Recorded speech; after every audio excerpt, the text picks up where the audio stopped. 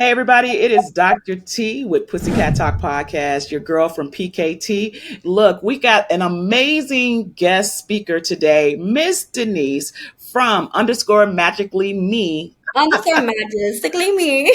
Okay, we got my girl here and she's going to be giving us a little bit of juice about what she does. So, Denise, please let everybody know who you are, what you do, and how you serve. Of course. So I am literally a Latina single mom that came across credit, I don't even know, a year ago.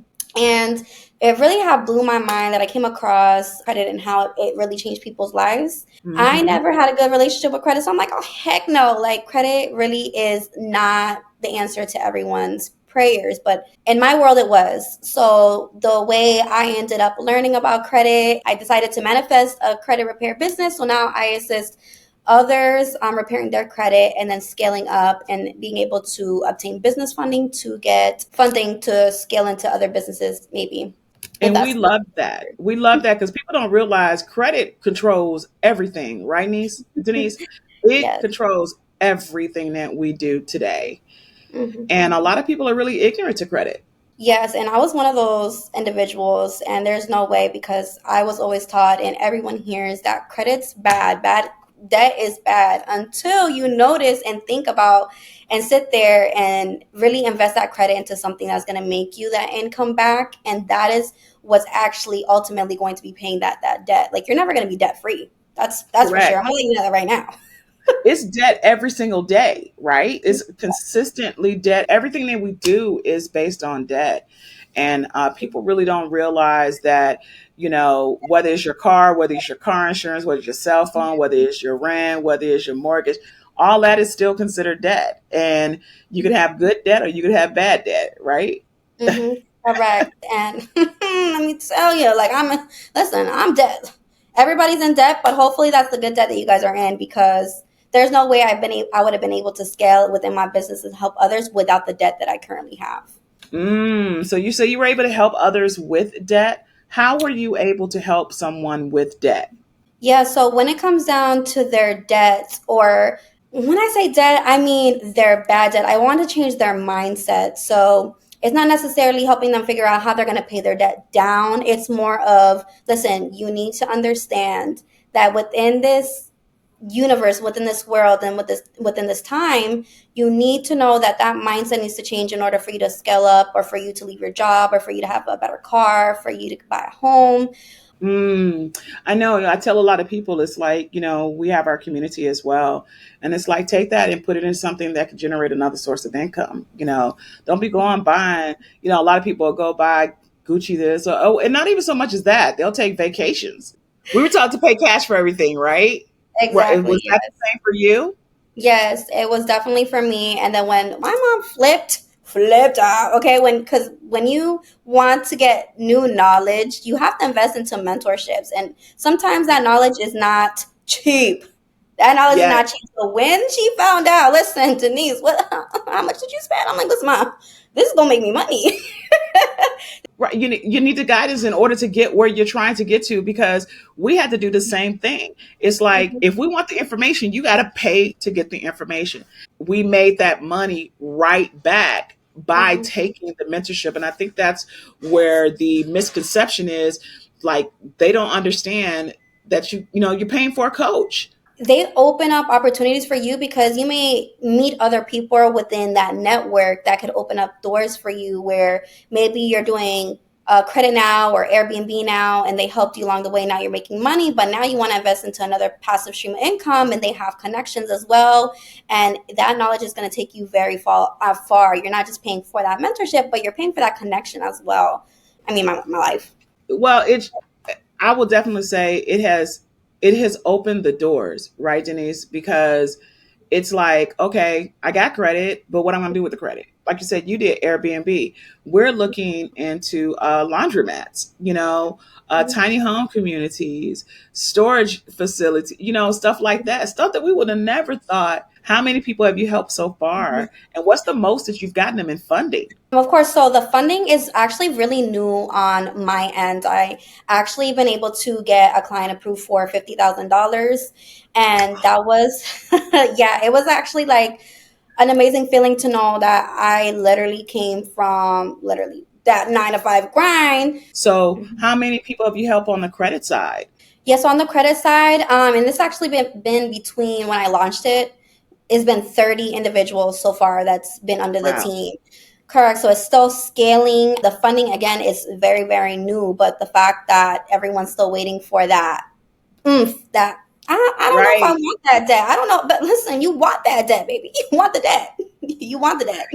I think some people are scared. Would you say they're scared? It's like they're scared of success. They're scared to have money. You know what I'm saying? Because Yes. would you agree? I mean, how do you feel about that? What do you think?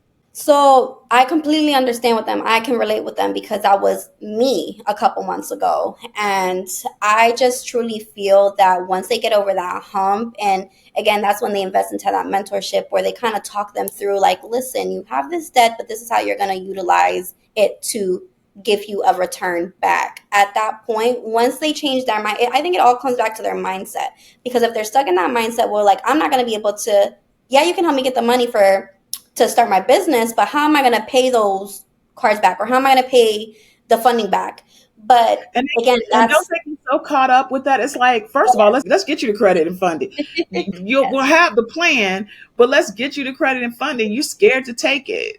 It's just so I had to tell somebody today they got approved for Stripe Mhm. funding. Oh, the Stripe Okay, funding. Hmm. right. And I was like, she's like, but I'm scared to take it. I was like, why? If you don't if you don't Yes. use it, she said, well, can I pay it off early? Yes. If you end up not using it, just pay it off. You know, and Mhm. don't but I was just like, don't not use it. Don't not take it. I mean, don't not take it. If you don't mind me asking, what age group do you support? Do you support everybody, or is it is there a particular age group? What would you say? The individuals that you support. I actually support every age group because when it comes down to it, I get all different types of clientele. Like they could be literally within their early 20s, they could be up to their late 50s. Okay, so what would you say the earliest a person should be working on their credit? I was about to say, like, I don't feel like there's a time limit. I could literally start working on my daughter's credit right now, and she's 9. So when you're saying you're going to set your daughter up, what's the first thing? Let's give some big nuggets here. What's the first thing that you would do to set your Yeah. daughter's credit up in the right direction? Yeah, so a lot of people don't understand that you can add your kids as an authorized user to your credit cards. And not with the credit cards that you're messing up. If you don't have a good payment history, if you're going over that high utilization, that's not something you want to add your children onto. But if you have a good payment history, a nice credit card you can add your child's name to, they're going to accrue that credit history. So by the time they're able to utilize it, they're going to have like 10 years, 15 years in age on their credit profile. So what are some of the tips that you would tell someone that's working on their credit? What are the top 5 things someone needs to look out for when it comes to credit? I would say definitely the 5 things you need to look out for is the 5 factors of credit. You need to know and look out for those hard inquiries. You don't realize that you're looking very desperate to the banks when you have all these hard inquiries, or let's say you're getting a car and all of a sudden you get hit from all these financial institutions.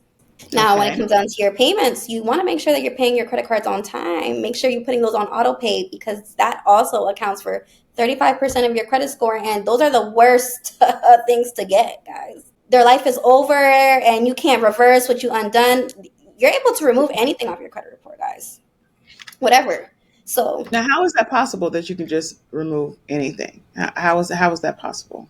So you're actually able to remove those negative items because there's laws in place for consumers, which is to be able to remove negative items that is inaccurately reporting, that's unverifiable. I mean, to be honest, there's a law out there that specifically says that we shouldn't even have anything on our credit report, but we have so much reporting.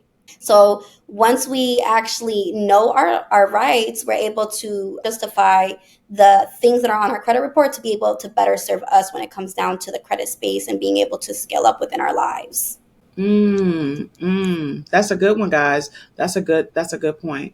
Okay, so no, watch out for the inquiries. Don't try to have more than two.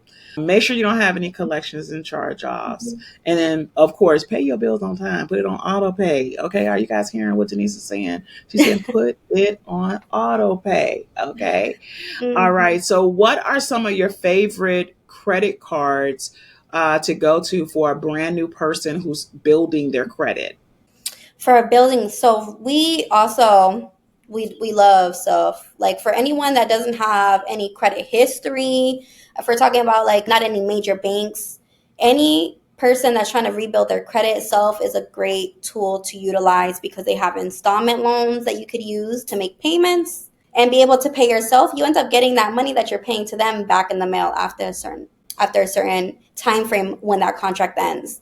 And then you also have that credit card where they're actually making those monthly payments and then being able to report that to your credit profile. Oh, wow, that's dope. Guys, are you hearing what Denise is saying? She is truly dropping some gems on just basic things that you can do to improve your credit and how Mhm. to even build your credit. Denise, is there any other items that you would like to let the audience know that's super important about understanding credit and not to be afraid of credit? How can you make somebody, explain to somebody, don't be afraid of credit? What would you suggest? I definitely suggest taking the time if you are a YouTube fanatic. Go and watch. Go and watch. I had to say it because I I was a know, because it's like, okay, okay, I I'm can't. sorry. Go Yes, ahead.